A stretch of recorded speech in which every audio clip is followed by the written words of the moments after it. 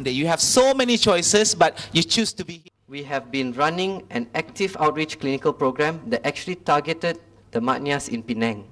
I hope what you hear today will be a mind changer, or at least informative to you. As outreach chairman of Penang Fhda, it is my honor to wish you all a good forum, especially the participants who came from outside Penang. Our YB, Datuk Arisha, managed to come to our forum to make this forum a very successful one, in the sense that it is a cross political party, and we are going to look into this issue in a wider scope instead of limited scope. Hari ini adalah untuk sekali lagi saya menegas di sini untuk membentang kepada orang yang berpengaruh dalam politik, mengetahui bahawa penyisihan komuniti minoriti terutamanya Maknya dan transgender. Dan yang kedua, menyeru pihak kerajaan negeri supaya memberi sokongan moral kepada program untuk transgender yang dijalankan oleh persatuan di komuniti kita ini, terutamanya Fhda, dan memberi peluang pada Maknya dan juga transgender menjalani hidup seperti insan yang lain dengan peluang pekerjaan yang sesuai di sektor swasta maupun kerajaan, dan juga menghormati hak asasi manusianya, terutamanya dari golongan transgender yang telah menjalani pembedahan penukaran jantina supaya dapat menukarkan nama jantina dalam kad pengenalan, pasport mereka dan lain-lain dokumen rasmi. Tuan-tuan dan puan-puan, setahu kita, isu-isu yang dihadapi oleh golongan transgender adalah banyak, seperti stigma sosial dan polisi undang-undang, diskriminasi dari sosial dan dari segi budaya dan juga kerja. Semua ini akan dianalisikan oleh speaker kita sekejap lagi.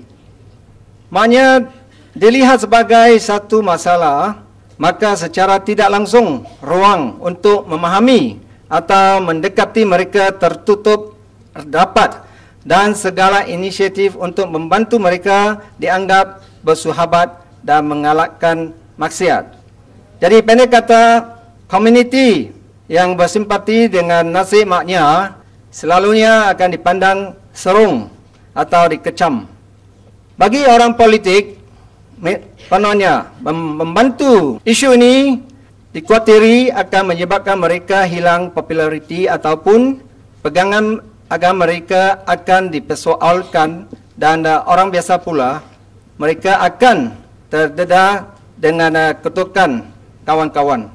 Saya harap Suhakam juga boleh memberi sokongan supaya kita boleh dapat masuk dalam satu signatory yang telah dibuat oleh NGO International pada tahun 2006, Yogyakarta Principles.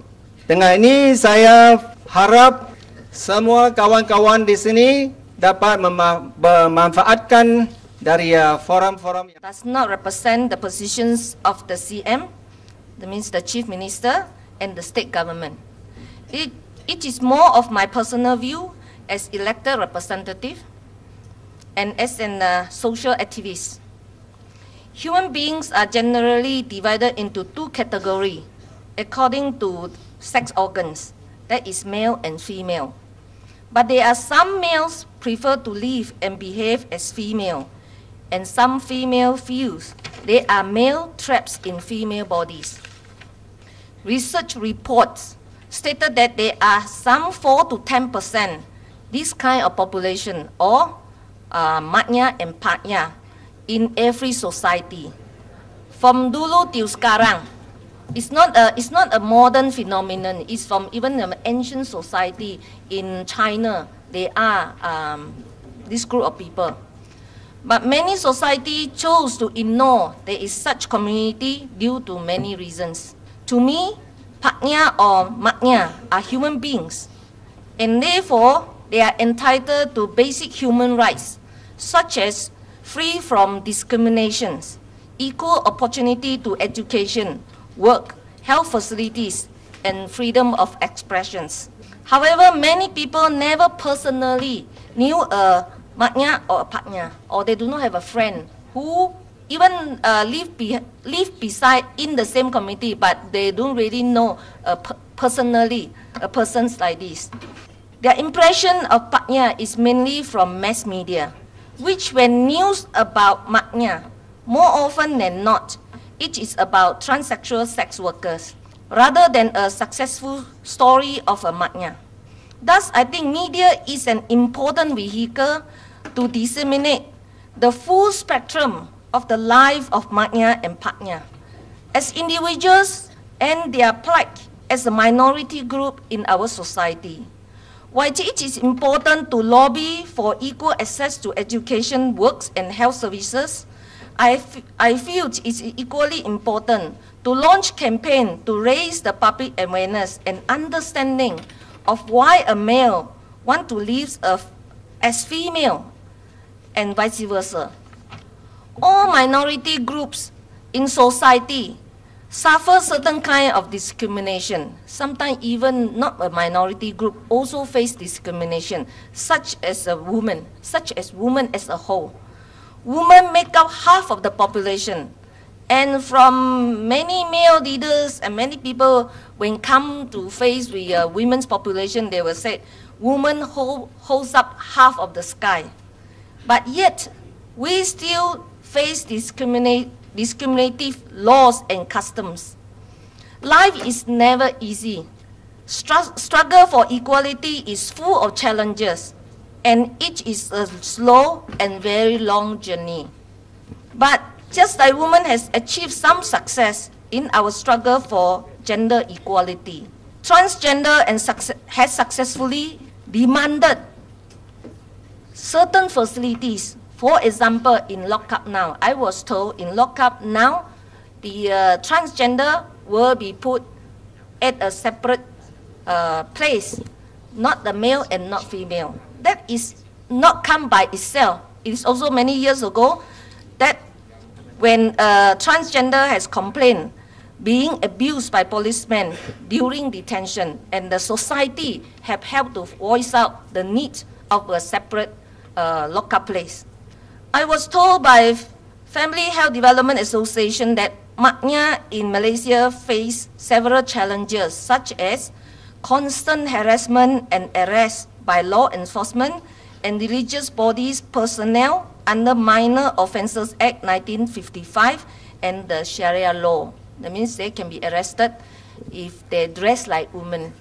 Luckily, it's not the other way around. Otherwise, many of us women will be arrested as well, because many of us also dress up like men. We wear shirt and trousers all the time.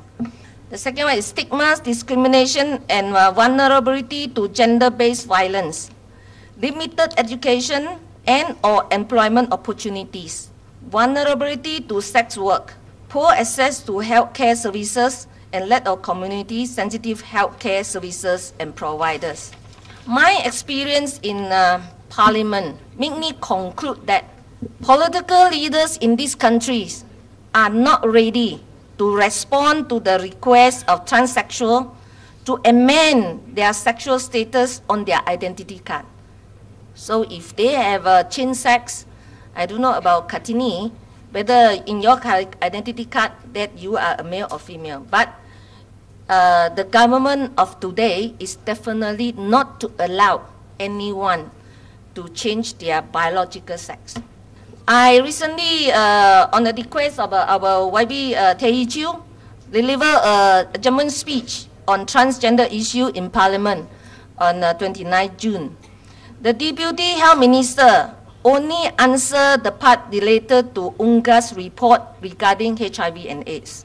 There is no mention of whether an inclusive society as an objective of 10 Malaysia plans include our transgender people.